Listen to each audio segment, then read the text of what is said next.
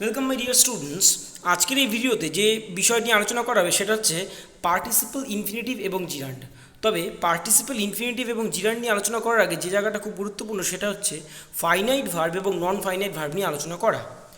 তার কারণ এই পার্টিসিপল ইনফিনিটিভ এবং জিরান্ড এরা প্রত্যেকেই নন ফাইনাইট ভার্ব। তো এই নন ফাইনাইট ভার্বটা কী? তো প্রথমে একটা সংজ্ঞা লেখা আছে, সংজ্ঞাটাকে আমি এক্সপ্লেন করে বলি একেবারে। কর্তার পার্সন ও নাম্বার এবং ভার্বের টেন্স অনুসারে যে ভার্ব নিজেকে পরিবর্তন করে তাদেরকে ফাইনাইট ভার্ব বলে।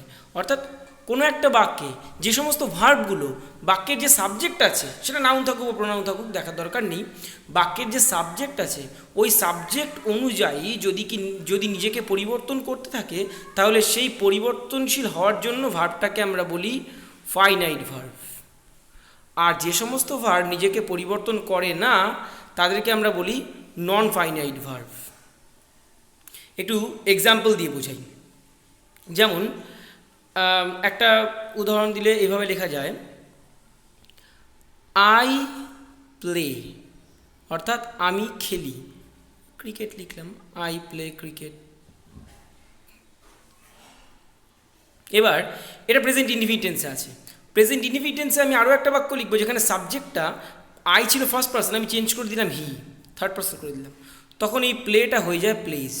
অর্থাৎ এখানে ক্রিকেট তো যা আছে তাই থাকলো, এখানে ভার্বটা নিজেকে পরিবর্তন করলো যেই কিনা ফার্স্ট পার্সনটা থার্ড পার্সন হয়ে গেল। তো যখন কিনা ভার্ব নিজেকে পরিবর্তন করে কোনো একটা বাক্যের সাবজেক্ট অনুযায়ী, সেই পরিবর্তনশীল ভার্বগুলোকে আমরা বলি ফাইনাইট ভার্ব। আর যে সমস্ত ভার্ব নিজেদেরকে পরিবর্তন করে না তাদেরকে আমরা বলি নন ফাইনাইট ভার্ব। সাবজেক্ট যাই থাকুক না কেন, first person, second person, third person, singular number থাকুক, প্লুরাল নাম্বার থাকুক না কেন, এতে কিছু যায় আসে না। নন ফাইনাইট ভার্বরা নিজেদেরকে পরিবর্তন করে না, এরা একই রকম থেকে যায়। তো এক্সাম্পল হিসাবে এখানে নিচেই লেখা আছে, যেমন প্রথমটা আই অ্যাম গোয়িং, তারপরে ইউ আর গোয়িং, তারপরে আছে হি ইজ গোয়িং। এখানে আমি তিনটেই আমি বুঝলাম যে প্রেজেন্ট কন্টিনিউয়াস টেন্সে লেখা আছে, প্রেজেন্ট কন্টিনিউয়াস টেন্সে। এইখানে এই অ্যাম, ইজ, আর এরা প্রত্যেকে যখনই কিনা সাবজেক্টের পার্সনটা বদলাতে লাগলো নিজেকেও বদলাতে লাগলো, তার জন্য এরা ফাইনাইট ভার্ব, কারণ ফাইনাইট ভার্বটা নিজেকে পরিবর্তন করে।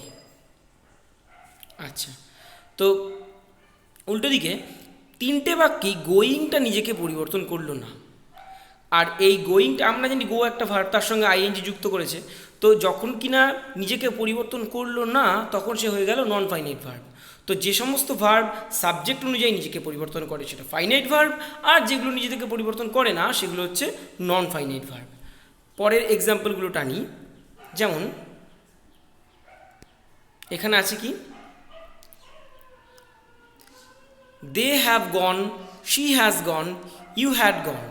তো এইখানে গন নিজেকে পরিবর্তন করলো না, ও যা থাকার তাই থাকলো, যেহেতু পরিবর্তন করলো না তাই এটা নন ফাইনাইট ভার্ব। আর এইখানে দে এর সঙ্গে হ্যাভ হলো, শি এর সাথে হ্যাজ হলো, অর্থাৎ ওর মানেটা একই রাখবে কিন্তু সাবজেক্ট অনুযায়ী নিজে বদলে যাব, তখন সেটা হয়ে যায় ফাইনাইট ভার্ব। তো সেরকম প্রেজেন্ট ইনডিফিনিট টেন্স নিয়ে একটা এক্সাম্পল রয়েছে এখানে আছে, I go to play, he goes to play. দুটোই প্রেজেন্ট ইনডিফিনিট টেন্সে আছে।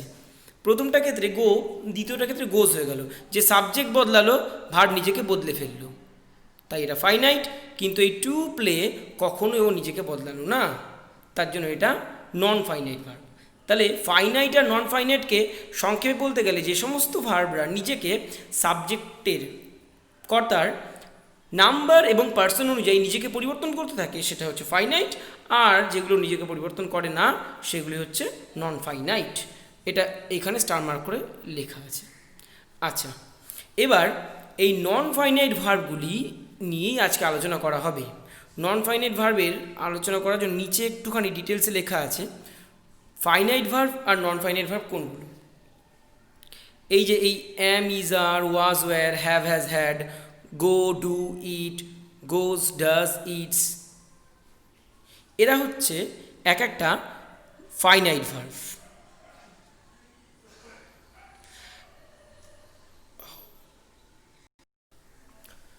আর নন ফাইনাইট কোনগুলো, এই সমস্ত ভার্বগুলো হচ্ছে নন ফাইনাইট। এই নন ফাইনাইট ভার্বের মধ্যেই পড়ছে পার্টিসিপল, ইনফিনিটিভ এবং জিরান্ড।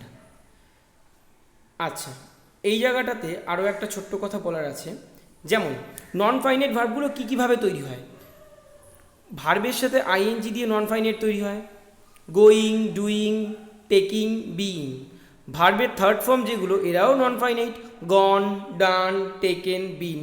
আবার ভার্বের সাথে টু যুক্ত করে to do, to go, to take, to be etcetera. এইভাবে আমরা তিন রকমভাবে আমরা নন ফাইনাইট ভার্ব তৈরি করতে পারি। এই তিনটে টাইপের নন ফাইনাইট ভার্বই হচ্ছে একটা পার্টিসিপল, একটা ইনফিনিটিভ আর একটা জিরান্ড। এই নিয়ে আমাদের চ্যাপ্টারটা পার্টিসিপল, ইনফিনিটিভ এবং জিরান্ড। তো লাস্ট এক লাইনে বলার আগে আরেকটা কথা বলে রাখি যে একটা ভার্বকে আমরা ফাইনাইট বলবো না নন ফাইনাইট বলবো, সেটা ওই বাক্যে ওকে সাবজেক্টের সাথে কোন সম্পর্কে ব্যবহার করা হয়েছে সেই অনুযায়ী বলতে হবে। যেমন প্রথম বাক্যে ম্যান ইটস টু লিভ, এইখানে ইটসটা নিজেকে পরিবর্তন করে। ম্যানের জায়গায় যদি অন্য কোনো নাম্বার থাকতো, প্লুরাল নাম্বার থাকতো, উই, তখন ওটা ইট হয়ে যেত। অর্থাৎ এই ইটস ভার্বটা এখানে ফাইনাইট, কারণ ও পরিবর্তনশীল। আবার এদিকে টু লিভ, এটা যেহেতু ভার্বের আগে টু আছে, এটা কখনোই নিজেকে পরিবর্তন করবে না, এটা একটা নন ফাইনাইট। প্রথম বাক্যে তাই বলছে, কিন্তু দ্বিতীয় বাক্যে আবার উল্টো হয়ে যাচ্ছে। ম্যান লিভস টু ইট, এইখানে লিভসটা এমনভাবে ব্যবহার করা হয়েছে প্রেজেন্ট ইনডিফিনিট টেন্সে, এই জায়গায় ম্যানের জায়গায় যদি উই থাকতো তখন লিভসটা লিভ হতো। অর্থাৎ যখন নাকি সাবজেক্ট বদলে যাচ্ছে তখন ভার্ব নিজেকেও বদলে ফেলছে। কিন্তু এই বাক্যটার মধ্যেই যে টু ইট রয়েছে, সাবজেক্ট যাই আনি না কেন ওই টু ইটটা টু ইট অবস্থাতেই থাকবে, নিজেকে পরিবর্তন করবে না। তাই এটা নন ফাইনাইট। তাই ফাইনাইট এবং নন ফাইনাইটটা আপেক্ষিক।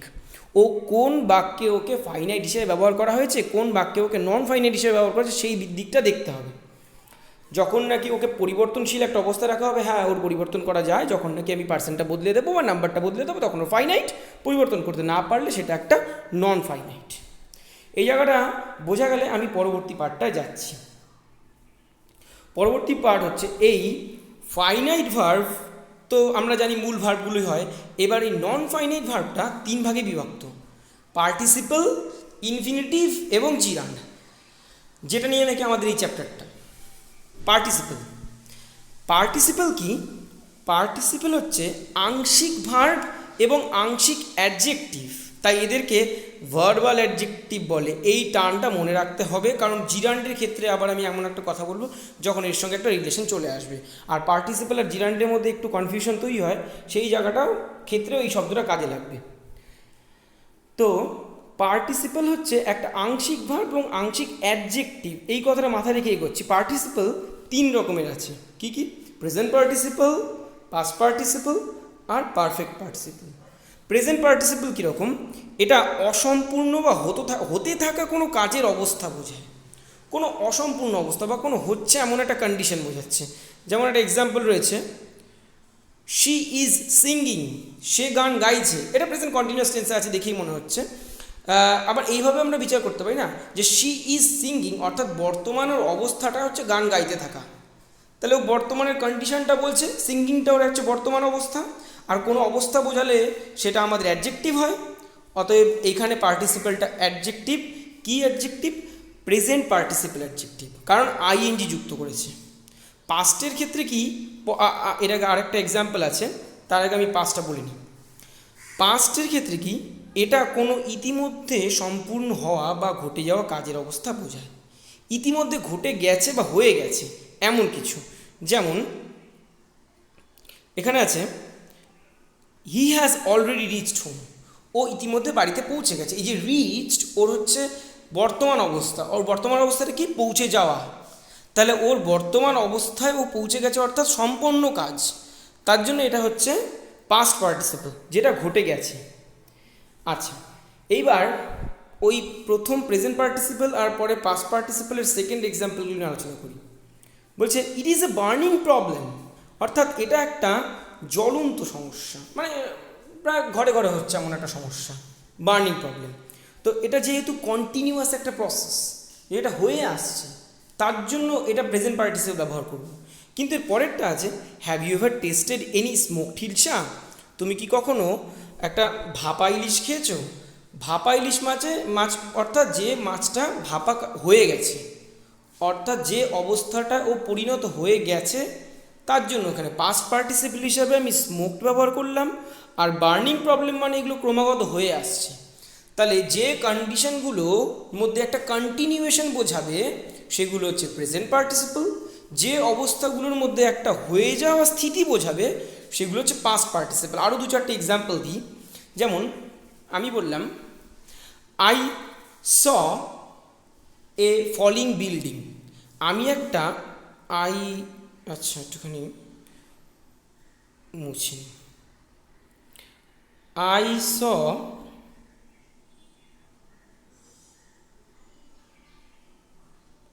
এ ফলিং বিল্ডিংয়ের বিটুকুই লিখলাম। আচ্ছা, আমি একটা পড়তে থাকা বিল্ডিং দেখেছিলাম। তাহলে আমি যে সময় দেখেছিলাম বিল্ডিংটা ওই সময় পড়ছিল, ওর একটা কন্টিনিউয়েশন বোঝাচ্ছে, তার জন্য আমি প্রেজেন্ট পার্টিসিপেল। কিন্তু কেউ যদি বলে মানে ও এমন একটা জায়গা থেকে এসেছে যে ও বিল্ডিংটাকে একেবারে পড়ে থাকতে দেয়, মানে পড়ে গেছে, তখন কি হবে? ও এরকমভাবে বলবে I saw a fallen building. আচ্ছা, বিল্ডিংয়ে লিখলো, তার মানে আমি একটা পড়ে যাওয়া বিল্ডিং দেখেছি। তাহলে দু জায়গায় বিল্ডিংয়ের অবস্থা কি, মানে দু জায়গায় বিল্ডিংয়ের অবস্থা বোঝাচ্ছে। একজন যে অবস্থা দেখেছে সেটা হচ্ছে কন্টিনিউয়েশন অবস্থা, পড়ছিল তখন দেখেছে, তাই বলছে যে I saw a falling building. আর একজন ওই পড়ে যাওয়া বিল্ডিংটাকে দেখে এসেছে, তা ও বলছে I saw a fallen building. তাহলে আবার আরও একটা এক্সাম্পল দিই। Have you seen my broken mobile? অর্থাৎ তুমি কি আমার ভাঙা মোবাইলটা দেখেছো?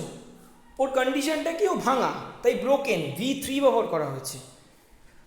আর আরেকটা এক্সাম্পল প্রেজেন্ট পার্টিসিপল দিতে গেলে বলতে হবে do you know the number of the running bus? এখান থেকে যে চলমান বাসটা আছে তার নাম্বারটা কি তুমি জানো? ওই যে কন্টিনিউয়েশন বোঝাচ্ছে, তাই কন্টিনিউয়েশন বোঝালে সেটা প্রেজেন্ট পার্টিসিপল, হয়ে যাওয়া কোনো অবস্থা বোঝালে সেটা পাস্ট পার্টিসিপল। আচ্ছা, এবার এখানে একটু ডিটেলসে আরও কয়েকটা এক্সাম্পল দেওয়া আছে। তার আগে একটু পারফেক্ট পার্টিসিপেলের ব্যাপারে সংক্ষেপে বলে দিই। এটা ওই অনেকটা প্রেজেন্ট পার্টিসিপেলের মতোই। কীরকমভাবে করতে হবে, এটা কোনো অতীতে শেষ হয়ে যাওয়া কাজের ঘটনা অবস্থা বোঝায়। যেমন হ্যাভিং রিচড হোম, প্রেজেন্ট বলছি কেন, এটা একটা পাস্ট পার্টিসিপেলের মতো। তো having reached home he had is dinner, এখানে কিছুই না, শুধুমাত্র হ্যাভ ভার্বের সাথে আইএনজি যুক্ত করে দেবো, তারপর V3 বসিয়ে দেবো। হ্যাভিং রিচড হোম, তারপরে আছে হ্যাভিং আন্ডারস্টুড। তো এইগুলো হচ্ছে পারফেক্ট পার্টিসিপল। পারফেক্ট পার্টিসিপলে কিছুই না, হ্যাভের সাথে আইএনজি দিয়ে V3 করে দেবো, দ্যাটস ইট। আচ্ছা, নেক্সট, এবার প্রেজেন্ট পার্টিসিপেলের একটু ডিটেলস অ্যানালিসিস আছে, তার সঙ্গে কিছু এক্সাম্পল আছে। প্রেজেন্ট পার্টিসিপেলের সংজ্ঞা: প্রেজেন্ট পার্টিসিপল ভার্বের সাথে আইএনজি যুক্ত করে ডুইং, গোয়িং, ইটিং, এই জায়গাটা মনে রাখতে হবে। ভার্বের সাথে আইএনজি যুক্ত করে ডুইং, গোয়িং, ইটিং, বাংলা মানে এগুলো কী হয়ে যায়, সাধু ভাষা বলতে গেলে করিয়া, যাইয়া, খাইয়া, এই ধরনের ব্যবহার থাকে। মানে করে, গিয়ে, খেয়ে, কোনো টেন্সের কোনো ভার্বের সঙ্গে এর কোনো মিল থাকবে না। কোনো কিছু করে, গিয়ে, খেয়ে, ঘুমিয়ে, এই ধরনের কথাগুলো থাকবে, সেগুলো হচ্ছে প্রেজেন্ট পার্টিসিপল। তারপরে পয়েন্টটা আছে, এটা সাধারণত কোনো চলমান অবস্থা বোঝায় বা কোনো কিছু করিয়া বোঝায়। কোনো চলমান অবস্থা বা কোনো কিছু করিয়া বোঝায়। কীরকম, এই পরের বাংলা মানেগুলো বলতে বলতে হয়তো সুবিধা হবে বুঝতে।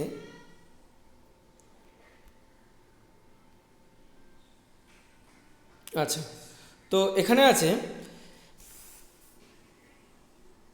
দ্য ফোন ইজ রিঙ্গিং, এমন একটা অ্যাকশন যেটা কিনা বর্তমানে ঘটছে।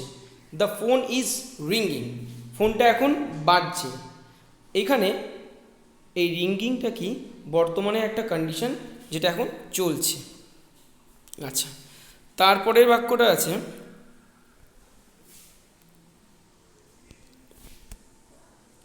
I saw her reading a বুক, আমি তাকে দেখেছিলাম বইটা পড়তে, একটা বই পড়তে। তাহলে আমি ওকে যখন দেখেছিলাম ওর কন্ডিশনটা কী ছিল? বই পড়া অবস্থায়, একটা কন্টিনিউয়েশন প্রসেস ছিল, তাই রিডিং। তারপরে ওই যে করিয়া খাইয়া গিয়া যে কথা বললাম সেটার জন্য পরের এক্সাম্পলটা, hearing the voice the boy woke up, আওয়াজটা শুনিয়া ছেলেটা জেগে উঠি। ওই শুনিয়া বা শুনে, এই কনসেপ্টের জন্য hearing the voice the boy woke up, কোনো কিছু করিয়া। তো এইখানে হিয়ারিং দ্য ভয়েস এটা হয়ে গেল কোনো কিছু করিয়া, তারপরে ছেলেটা যেটা করলো এটা হচ্ছে normal tense. The boy woke up এটা পাস্ট ইনডিফিনিট টেন্স, কোনো কিছু করিয়া যেহেতু হলো তাই ভার্বের সাথে আইএনজি দিয়ে দিলাম। Next, she got the first prize for reading correctly, সে প্রথম পুরস্কার পেয়েছে ভালোভাবে পড়ার জন্য। কিসের জন্য? ভালোভাবে পড়ার জন্য। Next, it is an interesting story. তারপরে a rolling stone gather snow moss, স্টোনটার কন্ডিশনটা কি? রোলিং। তো এরকমভাবে পরবর্তী এক্সাম্পলগুলো দেওয়া আছে। প্রেজেন্ট পার্টিসিপল হচ্ছে কোনো একটা কিছুর কন্টিনিউয়েশন প্রসেস বোঝাবে এক। দ্বিতীয়ত একটু আরেকবার বলে দিই, প্রেজেন্ট পার্টিসিপল 1 নম্বর হচ্ছে কোনো কিছুর কন্টিনিউয়েশন বোঝাবে। 2 ওই করিয়া, এটা হচ্ছে 2 নম্বর, করিয়া কথাটা বোঝাবে, কোনো কিছু করিয়া তারপর অন্য কিছু করি। এই কোনো কিছু করে তারপর অন্য কিছু করি, অন্য কিছু যেটা করি সেটা হচ্ছে নর্মাল টেন্স, আর করিয়া যেটা সেটা হচ্ছে প্রেজেন্ট পার্টিসিপল, ভার্বের সাথে আইএনজি দিয়ে বসিয়ে দেবো। Next, past participle. Past participle ভার্বের থার্ড ফর্ম, সবসময় ভার্বের থার্ড ফর্ম নিয়েই বসে। কীরকম? প্রথমত এই স্টার মার্ক করে এটা মনে রাখতে হবে, এটা সাধারণত কোনো ঘটা কাজ বা অবস্থা বোঝায়। এটা সাধারণত কোনো ঘটা কাজ বা অবস্থা বোঝায়, অর্থাৎ এমন একটা কিছু যা ইতিমধ্যে ঘটে গেছে। যেমন দ্য ট্যাক্সি হ্যাজ অ্যারাইভড, এটা প্রেজেন্ট পারফেক্ট টেন্সে আছে। অ্যারাইভড অর্থাৎ ট্যাক্সিটা পৌঁছে গেছে, এমন একটা অ্যাকশন যেটা কমপ্লিট হয়ে গেছে। Next, the police were sent, পুলিশগুলোকে পাঠিয়ে দেওয়া হয়েছিল। তো প্রত্যেকটা বাক্যে আমরা বুঝতে পারছি ভার্বটা দেখে কি বুঝছি, যে এমন একটা কন্ডিশন যেটা ঘটে গেছে, যেখানে কোনো কন্টিনিউশনের ব্যাপারটা নেই। আচ্ছা, এই having rested Ram started again, এটা পারফেক্ট পার্টিসিপেলের মধ্যে পড়ছে, কিন্তু তবুও আমি পাস্টের মধ্যে রাখলাম, তার কারণ এই হ্যাভিং রেস্টেড অর্থাৎ বিশ্রাম নিয়ে, বিশ্রাম নেওয়াটাও হয়ে গেছিলো, তার জন্য ওই রেস্টেড কথাটা দিলাম। আর পারফেক্ট পার্টিসিপলে কী হয়? ভার্বের হ্যাভের সাথে আইএনজি হয়ে যাবে। তো having rested Ram started again, মানে এখানে সাধারণত পারফেক্ট পার্টিসিপলে কোনো দুটো কাজ, পারফেক্ট পার্টিসিপলে সাধারণত কোনো দুটো কাজ হবেই, এই ব্যাপারটা মাথায় রাখতে হবে। যেটা আগে ঘটেছিল সেটা হ্যাভিং দিয়ে ভিতরি দিয়ে দেবো, তারপর নর্মাল টেন্স অনুযায়ী করবো। নেক্সট, তারপরে অ্যাডজেক্টিভ হিসাবে পরের এক্সাম্পলগুলো আছে, এ ফলেন অ্যাঞ্জেল, এ ডিপার্টেড সোল, তারপর এ বার্নড চাইল্ড, তারপর হি সিমস ওয়ারি, তাকে দেখে দুঃখিত মনে হয়। She got her hair dyed, he is more interested than his mother. তো পাস্ট পার্টিসিপল হচ্ছে এমন একটা কন্ডিশন বোঝাবে যেটার কোনো কন্টিনিউয়েশন নেই, অবস্থাটা ইতিমধ্যে ঘটে গেছে। আমি আরও কয়েকটা এক্সাম্পল হিসেবে দিতে পারি, একটু আগেই দিলাম ব্রোকেন মোবাইল, মোবাইলটা ভেঙে গেছে, এমন একটা কন্ডিশন। তারপরে আমি বললাম পেইন্টেড হাউস, রং করা বাড়ি, বাড়িটার কন্ডিশনটা কি? রং করা, অর্থাৎ এমন একটা কন্ডিশন যেটা ঘটে গেছে। আমি বারবার এইগুলোকে রিপিট করছি একই রকম কথা, তার কারণটা এইখানে একটু কনফিউশন হয়, তো এই ব্যাপারটা বুঝতে হবে। এই কনফিউশনগুলোর জায়গা থেকে যে প্রেজেন্ট পার্টিসিপল, সবই পার্টিসিপল যে কোনো কন্ডিশন বোঝাচ্ছে, এবং সেটা ভার্বের সাথে আইএনজি দিয়ে দিলে ওটা প্রেজেন্ট পার্টিসিপল, ভার্বের থার্ড ফর্ম ইউজ করলে সেটা পাস্ট পার্টিসিপল, ব্যাস অ্যাডজেক্টিভের কাজ করে দিচ্ছে, এইটুকুই। আচ্ছা, ওই প্রেজেন্ট পার্টিসিপলের উপর আরও দুটো এক্সাম্পল উপরে রয়েছে। এরপরে চলে আসছি জেরান্ড। এই জেরান্ডটা কীরকম? এটাও প্রেজেন্ট পার্টিসিপলের মতোই ভার্বের সাথে আইএনজি যুক্ত করা হয়, তবে এটা হচ্ছে যে পার্টিসিপলের সময় একটা কথা বলেছিলাম যে পার্টিসিপল হচ্ছে একটা ভার্ব দিয়ে তৈরি হওয়া অ্যাডজেক্টিভ, তাই ওটাকে বলে ভার্বাল অ্যাডজেক্টিভ। আর এটা ভার্ব দিয়ে তৈরি হওয়া নাউন, তাই এটাকে বলে ভার্বাল নাউন। Verbal noun. কীরকম? ভার্বের সাথে আইএনজি যুক্ত করলে সেটা V1 আইএনজি করলে ওটা পার্টিসিপল হবে নাকি ওটা জিরান্ড হবে, সেটা ডিপেন্ড করছে ওটা কি ওই বাক্যে পার্টিসিপেলের কাজ করছে, কোনো অ্যাডজেক্টিভের কাজ করছে, তাহলে ওটা পার্টিসিপল। ওটা কি কোনো নাউনের কাজ করছে, তাহলে ওটা জিরান্ড। যেমন এক্সাম্পল,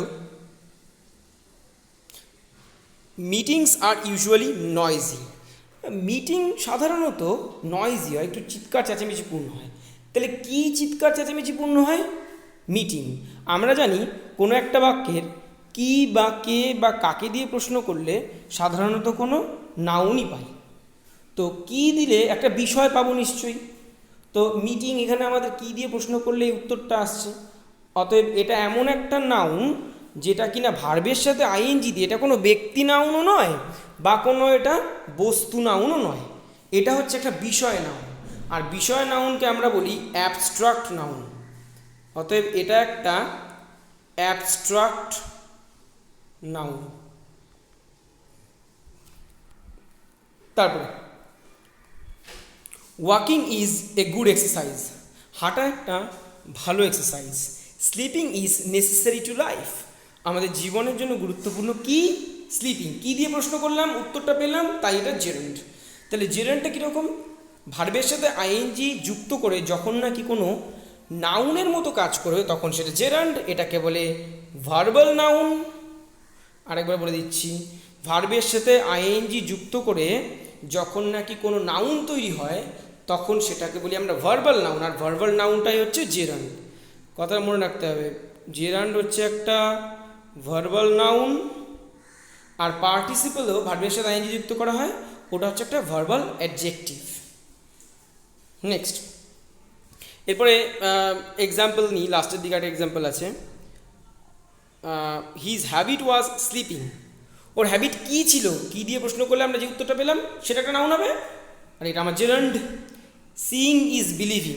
দেখাই হচ্ছে বিশ্বাস। দেখাই একটা কি? বিশ্বাস। তাহলে বারবার এই ধরনের বাক্যতে যদি আমরা কি দিয়ে প্রশ্ন করে উত্তরটা পেয়ে যাই তাহলে ওটা একটা জেরান্ড। যদি না কোনো কন্ডিশন বোঝায় তাহলে ওটা পার্টিসিপল। তো আশা করছি পার্টিসিপল আর জেরান্ডের মধ্যে পার্থক্য বোঝার কনফিউশনটা থাকবে না, কারণ দুটো আলাদা, একেবারেই আলাদা। তৈরি হচ্ছে, হ্যাঁ, একটা ভার্বের সাথে আইএনজি দিয়ে তৈরি হচ্ছে ঠিকই, কিন্তু একজন বর্ণনা করে আর একজন নিজে একটা নাউন। তাই এইখানে শেষের দিকে একটা নোট হিসেবে লিখে দিয়েছি যে gerunds are abstract nouns, do not have plural form. gerund হচ্ছে abstract noun, এদের কোনো প্লুরাল ফর্ম হয় না, কারণ আমরা জানি কোনো প্লুরাল ফর্ম হয় না কোনো অ্যাবস্ট্রাক্ট নাউনের। আচ্ছা, এর পরের পার্টটা হচ্ছে ইনফিনিটিভ নিয়ে। এই ভিডিওটা একটু লেন্দি হয়ে গেছে, তাই ইনফিনিটিভের জন্য আমি পরবর্তী ভিডিওটা বানাচ্ছি।